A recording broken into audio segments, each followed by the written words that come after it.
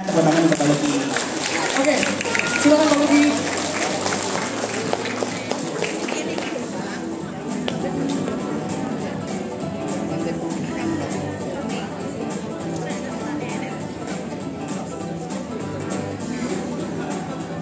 Oke, balik lagi. Sudah dapat hadiah? Senang semuanya? Belum. Jangan khawatir, nanti masih ada sesi berikutnya. Masih banyak. Saya akan cepat, nanti masih ada yang penting lagi dari Pak Lukman. Nah, yang penting teman-teman tadi sudah mendapatkan ciri-ciri atau kriteria yang harus dimiliki oleh seorang entrepreneur. Terus sudah punya konsep mengenai entrepreneur yang selama ini salah pemahamannya, teman-teman sekarang sudah memiliki pemahaman yang benar, ya. Jadi nggak usah khawatir pendidikan. Wah, saya cuma lulusan SMP atau ini, wah nanti saya nggak bisa menjadi entrepreneur. Nah, tadi sudah kena hujan juga kan? Nah, hujan rintik-rintik, hujan batu, enggak, belum. Nah, sekarang sudah fresh, sedikit ditahan, mungkin belum bisa makan, tapi tetap semangat nih kalau saya lihat wajah-wajahnya. Saya tetap semangat. Oke. Baik. Nah, tadi di dalam ciri-ciri entrepreneur kan ada namanya inovasi. Nah, kali ini kurang lebih sampai dengan kurang lebih 1 jam saya akan sharing apa sih kreativitas, gimana teknisnya, ya, gimana teknisnya dan apa itu inovasi. Nah, sedikit contoh. Mudah-mudahan ini menambah pengetahuan teman-teman agar bisa kreatif. Oke. Ada yang tahu apa itu kreativitas? Hah? Menciptakan sesuatu yang berbeda dari yang lain. Oke. Menciptakan sesuatu yang berbeda dengan yang lain. Oke. Apa cirinya kreativitas? Pengrajin. Ciri kreativitas. Unik. Apa lagi? Mengubah sesuatu yang menjadi emas. Merubah satu menjadi emas. Itu apa itu? Definisi apa? Pengertian apa? Mengubah rongsokan menjadi emas. Ya, ini ya, pengertian apa itu? Ya. Nah, sekarang saya ambil definisi atau pengertian mengenai kreativitas, tapi secara akademis ya. Nah, tapi itu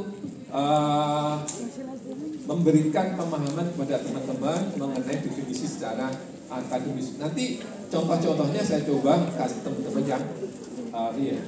Nah, apa sih kreativitas? Nah, ini nih. Menghasilkan ide baru yang berguna dalam bidang apapun. Nah, itu kreativitas. Kreatif belum tentu inovasi. Nah, nanti di belakangnya akan ada contohnya. Oke. Agak lambat berubahnya. Nah, apa sih kriterianya? Nah, apa sih orang disebut kreatif itu? Tadi ada yang ngomong apa tadi? Apa kriterianya?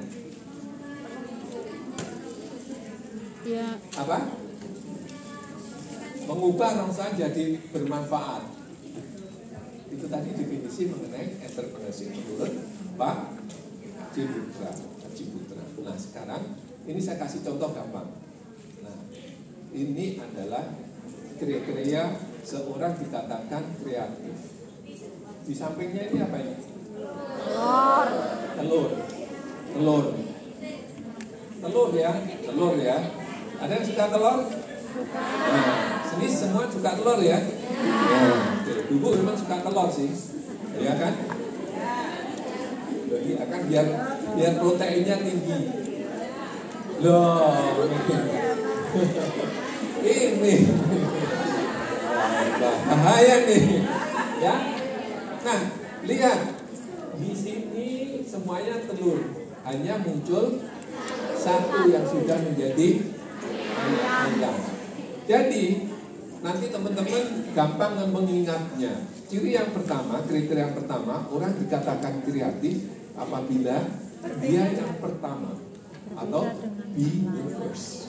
Be the first. Orang belum kepikiran jualan keripik dengan rasa pedas, orang itu sudah menciptakan kreatif.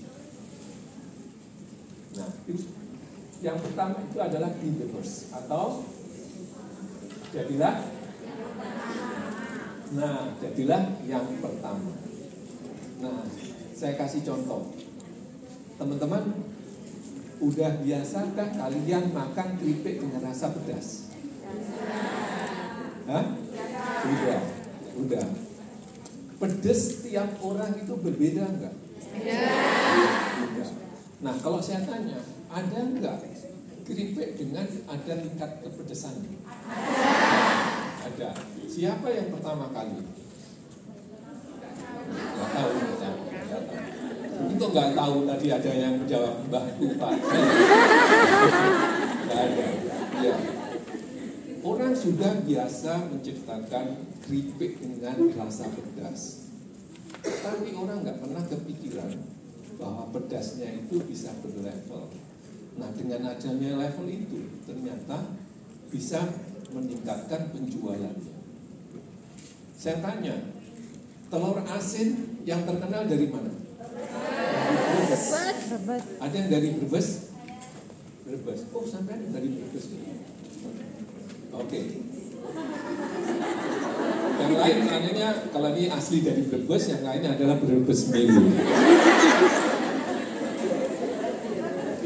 Nah, kalau kalian beli telur asin di Brebes, bisa nggak milih tingkat keasinannya?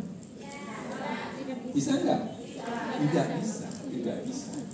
Nah, tapi ada alumni dari Wirausaha Muda Mandiri itu bisa menciptakan telur asin, jualan telur asin yang tingkat keasinannya itu bisa sesuai selera dari pembelinya. Oh, nah nggak otomatis Mbak. Misalkan saya asinnya level 2, yang lainnya level 3, nggak secara otomatis dimasak, langsung asinnya berbeda-beda sesuai tingkatnya itu. Tapi ada kriterianya. Nah, Mbak Mary ini menemukan dia ngejual telurnya itu dalam bentuk mentah, dibungkusi satu-satu dalam satu butirnya itu. Nah, nanti dikasih tahu telur ini sudah mulai asin pada hari ke-10 sejak beli. Ya, kalau ingin asin lagi, dilamarin lagi, tambah hari ke-11. Kalau Anda ternyata asinnya itu adalah ingin yang ke-13, maka ketika nanti akan memasak telurnya ini, merebus telurnya ini, sudah bisa memprediksi, memperkira-kira asinnya yang sesuai itu kalau hari ke-13. Nah, disitulah Mbak Mary Maici menemukan kreativitasnya itu. Karena dia yang pertama, maka dia bisa memimpin pasar. Dua-duanya omsetnya miliaran. Gara-gara orang jualan telur asin itu banyak banget, setiap hidung jungkel itu mesti bisa. Karena tahu orang jualan telur asin kan keripik.